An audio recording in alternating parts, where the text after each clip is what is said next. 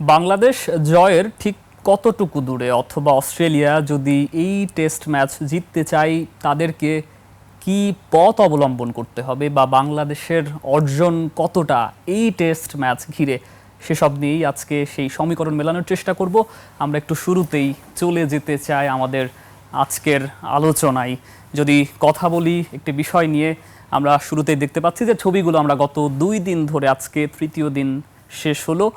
First ম্যাচে আমরা দেখেছি বোলিংয়ের যে তাণ্ডব, আমরা দেখেছি তাসকিনকে 2 উইকেট নিতে, আমরা দেখেছি ইবাদতকে 2 উইকেট নিতে, এবং আমরা দেখেছি হাসানকে, তিনি 6টি উইকেট নিয়েছেন। এখান থেকেই তো বাংলাদেশের সেই গল্পের শুরু, যে ছবিগুলো গত 2 দিন ধরে বলে যাচ্ছে আপনারা ভুলবেন না। এবং তারপরের দিন যে ইনিংস ছিল তানজিদ তামিমের, সেই রোমাঞ্চকর যে 100, সেটিও ডেফিনেটলি আপনি ভুলবেন না। তবে এখানেই শেষ নয়, এরপরও কিন্তু বাংলাদেশের যে চালকের অবস্থানে যে আসন, সেটি এখনও বাংলাদেশ তার অবস্থান কিন্তু শক্ত অবস্থান ধরে রেখেছে।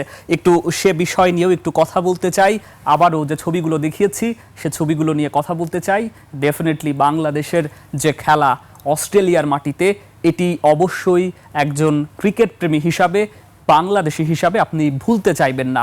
একটু শুরুতেই কথা বলতে চাই, আমরা গতকালও দেখেছিলাম, যেটি নিয়ে কথা বলেছিলাম, যে সেঞ্চুরি পাওয়া তামিম, তাকে নিয়ে বেশ প্রশ্ন উঠেছিল যে কেন তাকে সুযোগ দেয়া হলো। সেই পরিসংখ্যান আমরা দেখিয়েছিলাম, এবং আবারও আশা করা হচ্ছে যে যখন বাংলাদেশকে আবার দ্বিতীয় ইনিংসে ব্যাট করতে হবে, তানজিদের এই ব্যাট আবারও হেসে উঠবে। দর্শক, আলোচনায় চলে যেতে চাই। বিগত 7 বছর পর বাংলাদেশ অস্ট্রেলিয়ার মাটিতে কি রেকর্ড তৈরি করলো, কি রেকর্ড ভাঙলো। যদি কথা বলি, বিগত 7.5 বছর বা দীর্ঘ 91 মাস ও 72 ইনিংস ধরে England, Pakistan, south Africa, New Zealand কিংবা ভারত এমন কীর্তি গড়তে পারেনি। কি সেই কীর্তি? প্রায় 23 বছর পর অস্ট্রেলিয়ার মাটিতে খেলতে নেমে সেই কাজটাই করলো বাংলাদেশ, যেটি প্রথম ইনিংসে 138 ওভার ব্যাট করা, এটি এখনো পর্যন্ত হয়নি। এবং দীর্ঘ 7.5 বছর পর যেটি বাংলাদেশ করে দেখিয়েছে, এবং এর মধ্যে আমরা যেমনটি বলছিলাম, ভারত সেখানে খেলেছে, আফ্রিকা সেখানে খেলেছে, তারা আসলে সেই রেকর্ড কিন্তু ভাঙতে পারেনি। এবং বাংলাদেশে কিছুটা তারা আন্ডার ডাউন করে, কিছুটা আসলে ওই খেলার যেহেতু বাণিজ্যিক অনেক হিসাব নিকাশ থাকে, তারা মনে করে থাকে, আমরা ধরনের আলোচনা অনেক দেখছি যে খুব বেশি বাণিজ্যিক হিসাব নিকাশে অস্ট্রেলিয়ার লাভ হয় না, যার কারণে বাংলাদেশকে তারা আসলে আমন্ত্রণ করে না, একরকম বলা যায়। এবং আমরা দেখছিলাম ডারউইনের যিনি ক্রীড়া মন্ত্রী রয়েছেন, তিনি একরকম, যখন ওয়ার্ম আপ ম্যাচটি ছিল বাংলাদেশ খুব বাজেভাবে হারে, তখন তিনি বলেছিলেন যে এই টেস্ট ম্যাচ সর্বোচ্চ 3 দিনে শেষ হয়ে যাবে। তবে সেই স্বপ্ন একরকম গুড়ে বালি বলা যায়। এবং বাংলাদেশ কি করে দেখাতে পারে, আমরা ফুটবলের কথা নিয়ে অনেক আলোচনা করি, ক্রিকেটেও কিন্তু সাদা বলে সেরকমটাই আমরা দেখতে পাচ্ছি বাংলাদেশের আবারও সেই ঘুরে দাঁড়ানো। এবং অস্ট্রেলিয়ার মাটিতে দীর্ঘ 23 বছর পর বাংলাদেশ যা করে দেখাচ্ছে, অবশ্যই সেটা আপনি দীর্ঘদিন মনে রাখবেন, এবং এই সূচনা দীর্ঘায়িত হবে সেটি আমরা প্রত্যাশা করব। একটু কথা বলতে চাই যে আজকের যে দিনটি শেষ হলো, যদি স্কোর কার্ড নিয়ে কথা বলি, 4 উইকেটে 161 রান তুলতে পেরেছে অস্ট্রেলিয়া, এবং এখনও 67 রানে কিন্তু পিছিয়ে রয়েছে। একটু স্কোর কার্ডটা দেখে নিতে চাই, যে অস্ট্রেলিয়ার 198, এবং তারপরে মাত্র 53 ওভারে 161 তারা করে ফেলেছে 4 উইকেট হারিয়ে। এবং স্মিথ 44, একটি স্বস্তির বিষয় যে তাকে আসলে ফেরানো গেছে। আমরা জানি এই মানুষটি কতটুকু ভয়ঙ্কর হয়ে উঠতে পারেন, যত তিনি সময় ক্রিজে থাকেন ততই তার রান, ব্যাট থেকে কিন্তু রান আসলে উঠতে থাকে। একটি স্বস্তির বিষয়, তাকে অলরেডি ফেরানো গেছে।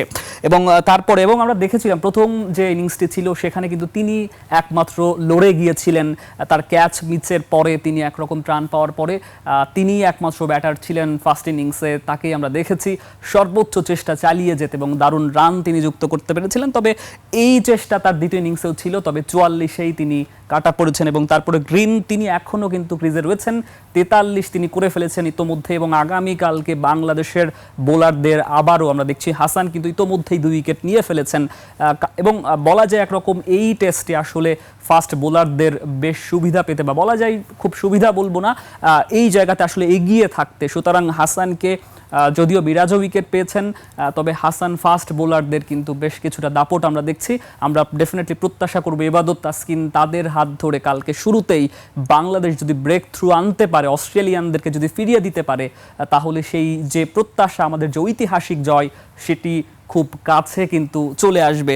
এবং তারপর লাবুসেনের কথা বলছিলাম, তিনিও একরকম বলা যায় 31 তিনি করে ফিরেছেন এবং তিনি এখনো পর্যন্ত বলা হচ্ছিল বেশ কিছুদিন ধরে তার এই রান খরা কিন্তু চলছে এবং বাংলাদেশের সঙ্গে উঠেই একই রকম পুনরাবৃত্তি আমরা দেখলাম, এবং যেটি আমাদের জন্য ডেফিনেটলি স্বস্তির খবর। এবং হেড 17 করেছেন এবং ক্যারি তিনি কিন্তু ব্যাট চালিয়ে যাচ্ছেন, 7 রান ইতোমধ্যেই যোগ করে ফেলেছেন। এবং হাসানের কথা যদি বলি, যেমনটি বলছিলাম 33 রানের বিনিময়ে তিনি ইতোমধ্যেই 2 উইকেট নিয়ে ফেলেছেন এবং তাসকিন 38 তিনি দিয়েছেন, কিন্তু এখনো কোনো উইকেট তিনি স্বীকার করতে পারেননি। এবং এবাদতও একই রকম আমরা দেখতে পাচ্ছি। তাইজুলের ক্ষেত্রে তিনি একটি উইকেট নিয়েছেন এবং মিরাজ তিনিও একটি উইকেট নিয়েছেন। মোটামুটি বাংলাদেশ 426-এর যে টার্গেট দিয়েছে সেখানে এখনও 67 রানে পিছিয়ে রয়েছে অস্ট্রেলিয়া।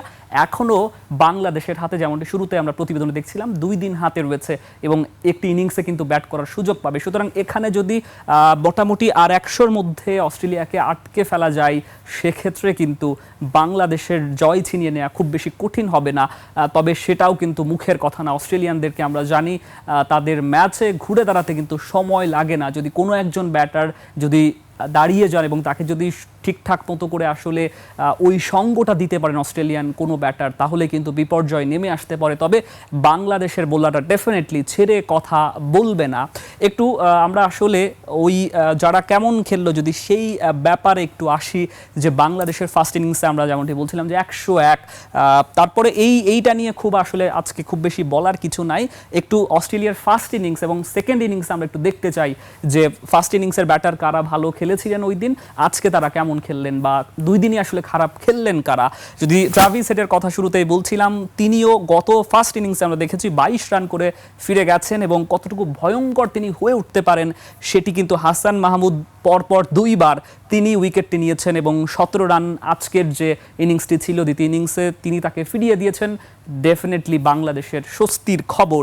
এবং নেদারল্যান্ডের কথা বলছিলাম, তিনি 23 রান প্রথম ইনিংসে তিনি করতে পেরেছিলেন এবং এখনও তিনি আসলে নেদারল্যান্ড, এবং তারপরে তিনি 0 করে আসলে আবারও হাসান মাহমুদের তিনি বলে আসলে আউট হয়েছেন। এবং আর ফার্স্ট ইনিংসে যদি স্টিভেন স্মিথের কথা বলি, তিনি 71। আমরা শুরুতেই বলছিলাম যে একমাত্র স্মিথই কিন্তু শেষ পর্যন্ত লড়াই চালিয়ে যাওয়ার মানসিকতা দেখিয়েছিল, তবে ইতোমধ্যেই তিনি 44 করে ফিরে গেছেন। একরকম বলা যায় যে ট্রাভিসের বারে বারে বলতে হয় তার কথা, আমরা জানি তিনি কতটুকু ভয়ঙ্কর খেলে থাকেন, তবে তাকে ফিরিয়ে দেয়া গেছে। এবং এরপরে যারা ব্যাট করবেন, যেমন এখন ওয়েবস্টার এবং Pat Cummins, Mitchell Starc, Nathan Lyon, প্রত্যেকেই আসলে কিন্তু ব্যাট করতে পারেন। এই জায়গাতে এখনও কিন্তু খেলছেন আমরা দেখতে পাচ্ছি। ক্যামেরন গ্রিন তিনি পিচে রয়েছেন এবং 43টি রান তিনি ইতিমধ্যেই করে ফেলেছেন। যখন তিনি একটু লম্বা সময় যদি টি ব্রেকের আগে তাকে ফেরানো না যায়, সেক্ষেত্রে কিন্তু কঠিন হবে বাংলাদেশের।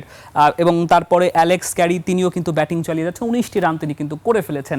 এখানে একটি মজার ব্যাপার, হাসান মাহমুদ যেমন 6টি উইকেট নিয়ে নৈপুণ্য দেখিয়েছেন, আজকে 2টি উইকেট নিয়ে ফেলেছেন এবং তারও কিন্তু আরেকটু বিশেষায়িত করতে চাই আমি, একটু সে বিষয়ে আসতে চাই।